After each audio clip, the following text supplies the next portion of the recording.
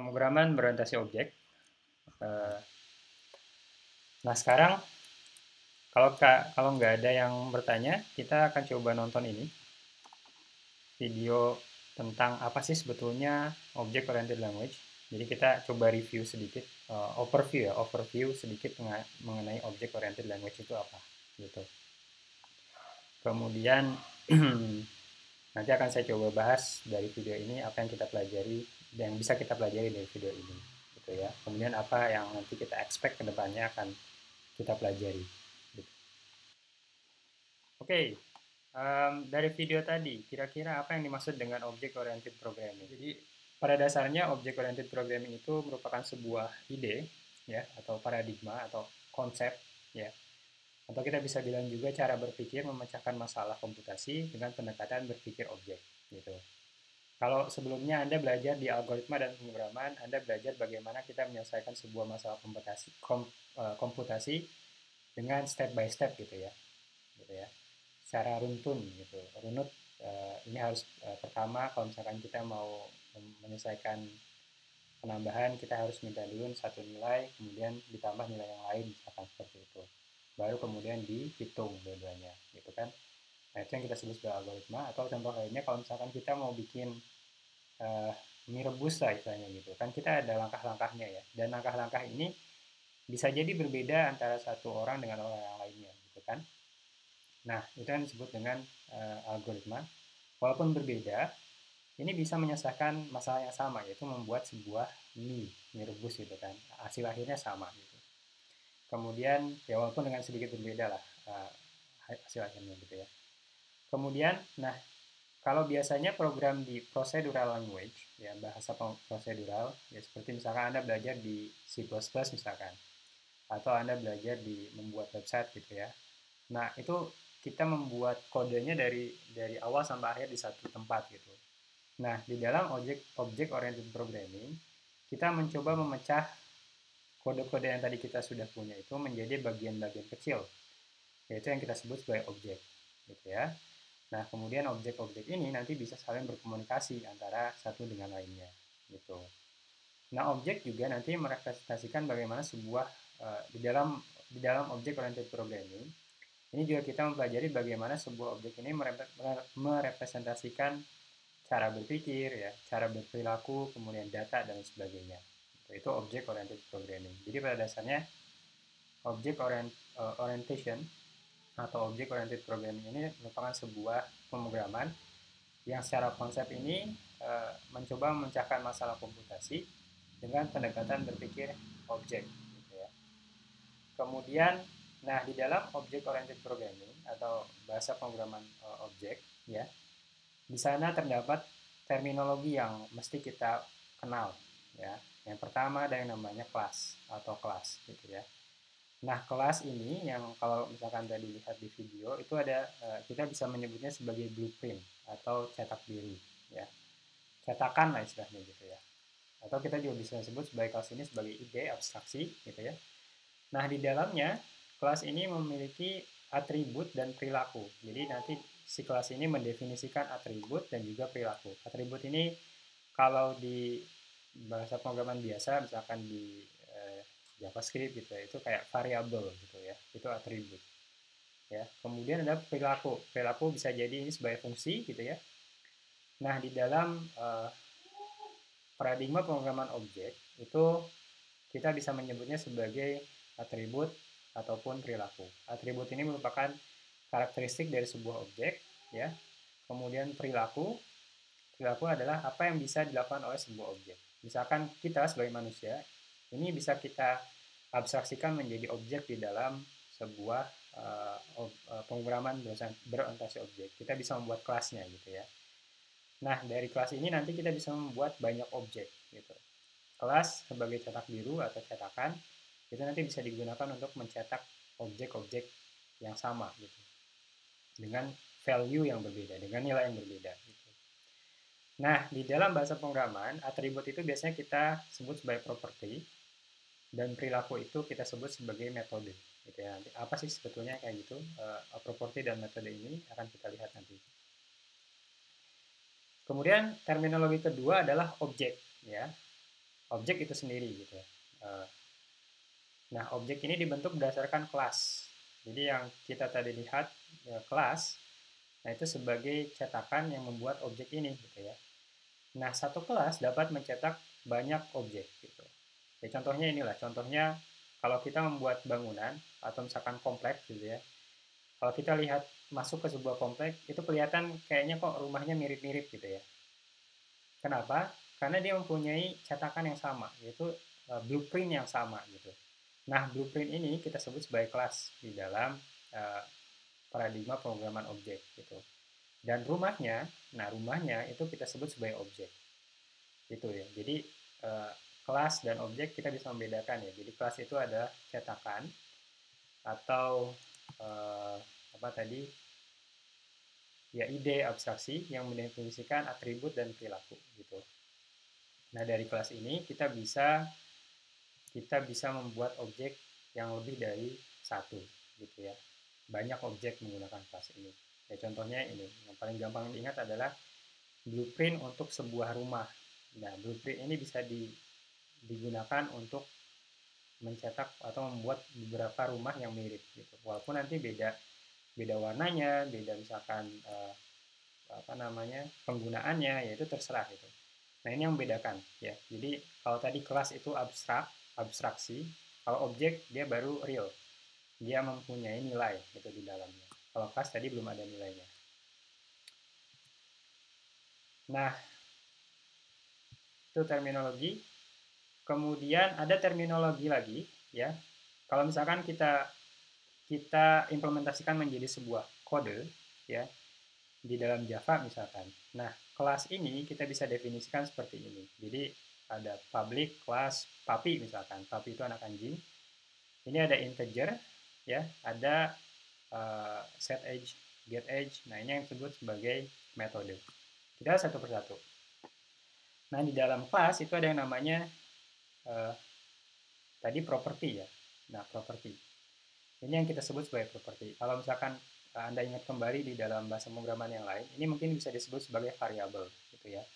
Tapi kenapa di sini bisa disebut sebagai property? Karena ini menjelaskan abstraksi atau atribut dari sebuah objek. Contohnya di dalam si papi ya, anak anjing itu kan dia punya age gitu. Ya, punya apa namanya? Umur gitu kan. Di sini pun kita bisa menambahkan misalkan string nama gitu ya. String nama sebagai atribut tadi atau properti gitu ya. Nah, di dalam kelas ini juga kita bisa mendefinisikan yang namanya metode. Nah, ini ada dua metode di sini yang kita sebut sebagai set age ya. Kemudian ada juga get age. Nah, bagaimana sebuah objek berinteraksi dengan objek yang lain itu biasanya melalui metode yang kita buat ini. Misalkan nih, nanti ada kelas lain, misalkan kelas manusia gitu. Kelas manusia, di sini kan kelas papi ya. Nah, kelas people misalkan gitu. Nanti ketika kita buatkan kita instansiat objeknya, jadi ada inisiasi objek gitu. Nah, nanti dia bisa berinteraksi dengan papi ini menggunakan metode ini. Misalkan man manusia melakukan setting menambahkan nama ke si papi ini gitu. Nah, itu bagaimana antara satu objek dengan objek yang lainnya saling berhubungan gitu ya. Kemudian juga ada yang namanya konstruktor gitu. Nanti biasanya ketika nanti kita menginisiasi sebuah objek dari sebuah kelas, nah konstruktor ini yang nanti akan kita panggil gitu. Nanti konstruktor itu apa nanti akan Anda pelajari di praktikum gitu ya. Tapi ini sebagai gambaran saja. Nah, kemudian instan. Nah, kalau tadi itu kelas ya. Ya, yang ini kelas di bahasa pemrograman. Nah, selanjutnya ada yang namanya instan. Gitu. Instan itu objek itu sendiri gitu. Jadi instan itu proses membuat objek gitu. Instansiasi itu sebuah proses untuk membuat objek gitu. Nah, ini ada public static void main. Jadi ini adalah fungsi main ya. Jadi kalau misalkan nanti sebagai program komputer, ketika nanti program tersebut dijalankan, sudah dikompil menjadi apa namanya 0101 gitu, ya binary code maksud saya. Nah, nanti ini yang pertama kali akan dibaca oleh compiler gitu ya, atau misalkan JVM kalau misalkan kita menggunakan Java virtual ini apa ya, memori atau nggak salah gitu ya. Nah, di sini tadi kita sudah mempunyai kelas namanya Puppy. Ini adalah cara bagaimana kita membuat sebuah objek dari kelas Puppy ini gitu. Puppy kita kasih namanya misalkan di sini my puppy. Ini bisa macam-macam ya. Kita buat new puppy dengan nama Tommy misalkan gitu ya. Kemudian kita juga bisa memanggil metode dari objek puppy yang kita buat barusan gitu. Kita bisa melakukan setting umurnya menjadi 2 tahun misalkan gitu. Kemudian dari sana kita bisa ambil data dari si puppy ini gitu 2 tahun gitu ya. Baru kemudian kita bisa menampilkannya misalkan di terminal gitu ya. Nah, ini adalah cara bagaimana kita membuat instansiasi sebuah objek dari kelas gitu.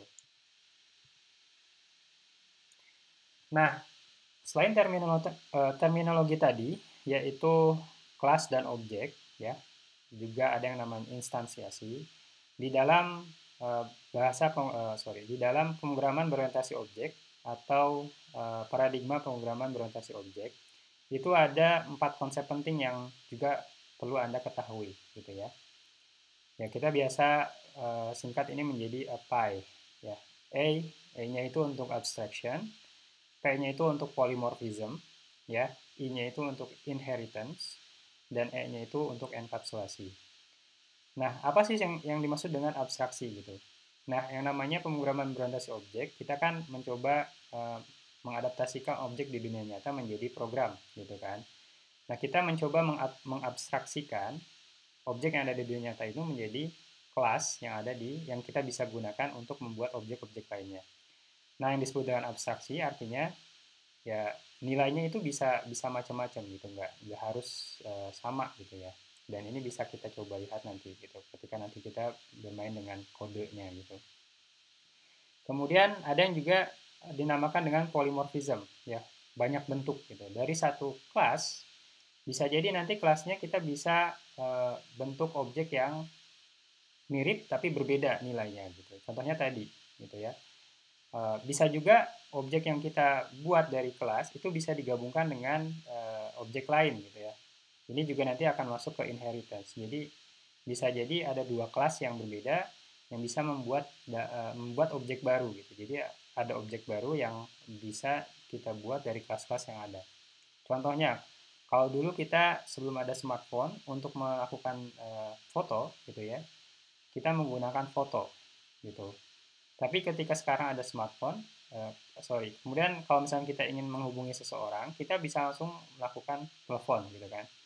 Nah, sekarang di dunia digital ini, smartphone itu menjadi bentuk lain dari dua hal pokok yang tadi itu gitu. Jadi dua objek yang tadi saya sebutkan. Jadi foto kemudian telepon itu bisa menjadi sebuah objek ya.